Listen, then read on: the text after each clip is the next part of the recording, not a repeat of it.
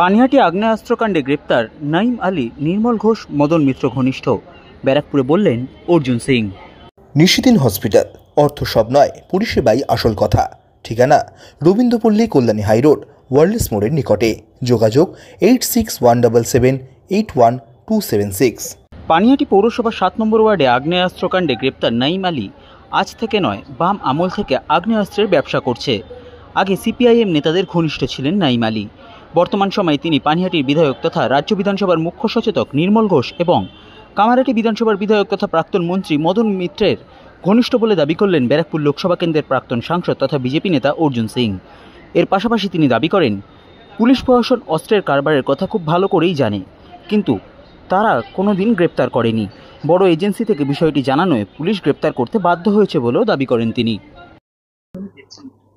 ভাই, যে লোকটা আর্মস তার বাড়ি থেকে উদ্ধার হয়েছে, সে প্রফেশনাল বিজনেসম্যান। তো আর্মসের সবাই জমির বিজনেস করে, কেউ বাড়ি বিজনেস করে, ও তো আর্মসের বিজনেস করে। ও তো আজ থেকে না, সিপিএম জামানা থেকে কাসিম লিডারের 1 নম্বর লোক ছিল। কাসিম ছিল বিসিএমের নেতা, সিটুর নেতা, আর এখনো তৃণমূলের নেতার সঙ্গে ওর বিজনেস ব্যবসা চলছে। পুরো ব্যারাকপুর, টিটাগড়, কামারহাটি, খড়দা, সোদপুর সব জায়গা ওরই মাল সাপ্লাই হলো। আর পুলিশ ভালো করে জানতো, এটা তো বড় এজেন্সি ইনপুট দিয়েছে, তার জন্য অ্যারেস্ট হয়েছে। সব থেকে বড় ব্যাপার আছে, এরা সব স্লিপার সেল হিসাবে কাজ করছে। বাংলাদেশের জিহাদি সংগঠনগুলো দেখুন, আপনি যদি ইতিহাস দেখেন তাহলে দাউদ ইব্রাহিম বোম্বাইতে বম ব্লাস্ট করিয়েছিল। অ্যাকচুয়ালি বম ব্লাস্ট তো আইএসআই করিয়েছিল, বাট এরা ওদের এজেন্ট হিসাবে কাজ করেছিল। সেরকমই বাংলাকে দখল করার জন্য আনসারুল বাংলা একটা টার্গেট নিয়েছে। যতগুলো জিহাদি মুসলমানরা এই আর্মসের কারবার করে, বমের কারবার করে, এদের থ্রু দিয়ে পুরো এলাকাটাকে কন্ট্রোল করছে। আজকে যদি মুর্শিদাবাদে ঘটনা দেখুন, যারা যারা অ্যারেস্ট হয়েছে তারা তো সবাই তৃণমূলের সঙ্গে যুক্ত আছে। কাউন্সিলর, তৃণমূলের চেয়ারম্যান যে ভাষায় বক্তব্য দিয়েছে, এরাও সেই জায়গায় আছে। এখানেও সেই পরিস্থিতি আস্তে আস্তে তৈরি হচ্ছে। কামারহাটিতে কারো সাহস আছে, আস্তে আস্তে ওখানে হিন্দু পলায়ন হচ্ছে। বড় বড় ব্যবসায়ী মানুষ যারা ওখানে বসবাস করতেন, সব জমি বিক্রি করে দিয়েছেন। সব জমি ওখানে আনোয়ার বলে একটা ক্রিমিনাল আছে তৃণমূলের, সব জমি কিনে নিচ্ছে। ওখানে তো কোনো হিন্দু থাকতে পারছে না। রেল লাইনের এপারে একটা জায়গাতে 6টা ওয়ার্ডের মধ্যে ওরা ছিল। আজকে পুরো বেলঘরিয়া, আপনার রেল লাইনের বিটি রোডে ওপারে সবটাই তো ওদের কন্ট্রোলে চলে গেছে।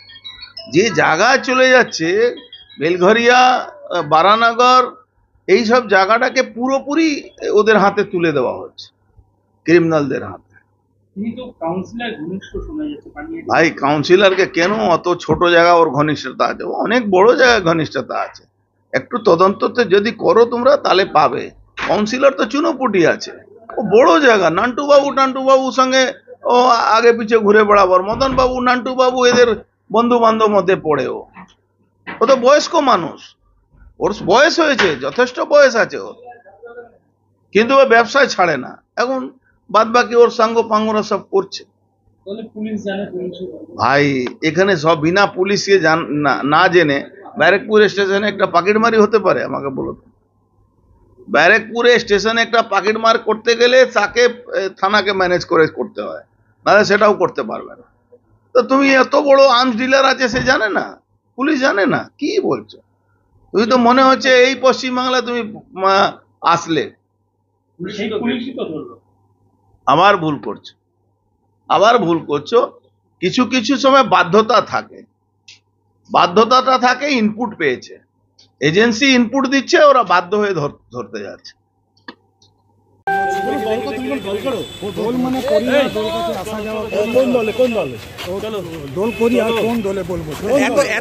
এতগুলো অস্ত্র কোথায় মজুদ ছিল? কি ছিল বাবা? ও ছিল, আমি জানি না। তুমি কোনো রাজনৈতিক দল করো? হ্যাঁ, কাউন্সিলরের সাথে পরিচয় আছে? তোমার নিশিদিন ডায়াগনস্টিক সেন্টার, এ কমপ্লিট ডায়াগনস্টিক সলিউশন। আমাদের ঠিকানা 144/1 সেন্ট্রাল রোড, আনন্দপুরি, ব্যারাকপুর, কলকাতা 122। আমাদের যোগাযোগ 9875338719। সাধ্যের মধ্যে স্বপ্নের ফ্ল্যাট খুঁজছেন? লাবণ্য গ্রুপের পক্ষ থেকে ব্যারাকপুর হরিসভা মন্দিরের নিকটে সোনাঝুরি আবাসন। থাকছে lift, top floor, set, 0% GST। এছাড়াও থাকছে ব্যাংক লোনের সুব্যবস্থা। ফ্ল্যাট বুকিং চলছে। আমাদের যোগাযোগ 7278200456।